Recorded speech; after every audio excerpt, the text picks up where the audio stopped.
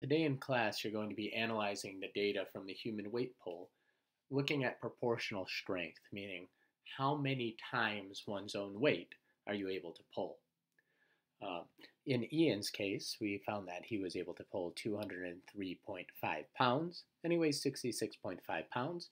Jack was able to pull 234 pounds while weighing 93.5 pounds.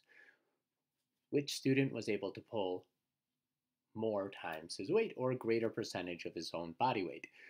To solve this, I want to remind you about fact families. We reviewed yesterday 5 plus question mark equals 11. Well, to solve this, we know the family 5 plus 6 equals 11, 6 plus 5 equals 11, but if we didn't know in our heads what this question mark was equal to, we could use 11 minus 6 equals 5 or 11 minus 5 equals 6. To connect that to a multiplication statement like 9 times what equals 22, you could use guess and check, but that would tell you 9 times 1 is 9, 9 times 2 is 18, 9 times 3 is 27, and you never land on 22. So you're going to have to use your understanding of fact families to solve this.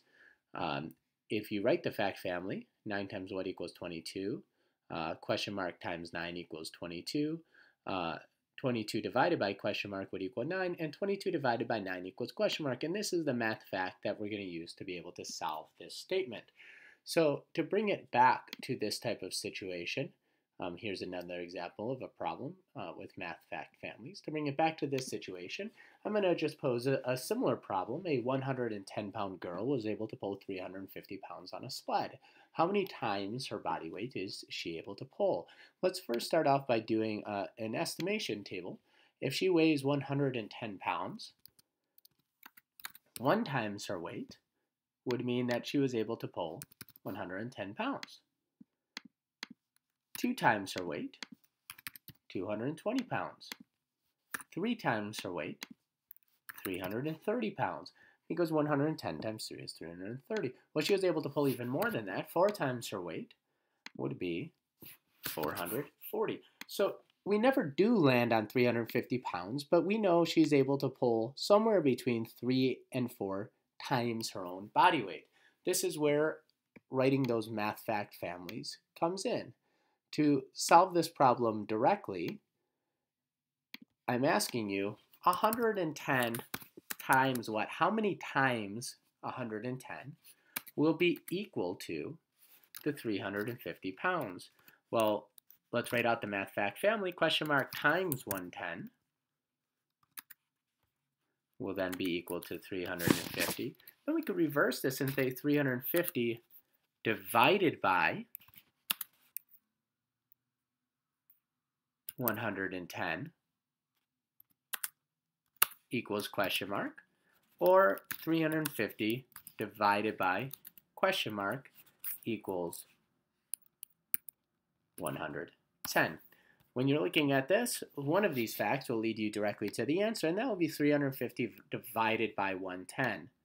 So you're going to actually have to set up this division problem. 350 divided by 110, and we already know that 110 goes into 350 3 times, and that was equal to 330 as we wrote down before, so you would have 20 remaining. Bring up a decimal point, down the 0. 110 goes into 200 one time, and you have 90 remaining. And then you would have 900. You can check this with a calculator. 110 times 8 would be 880. And we could just also do, I do want you to do it by hand, but 350 divided by 110, 3.18. So she's able to pull 3.18 times her own body weight. So this girl is able to pull just over 3 of herself. So she could have put herself on the sled 3 times and pulled a little bit over that, like 3 of herself in the head. So today, for the analysis part, I want you to go back now and analyze this data. How many times his body weight was Ian able to pull? How many times his body weight was Jack able to pull?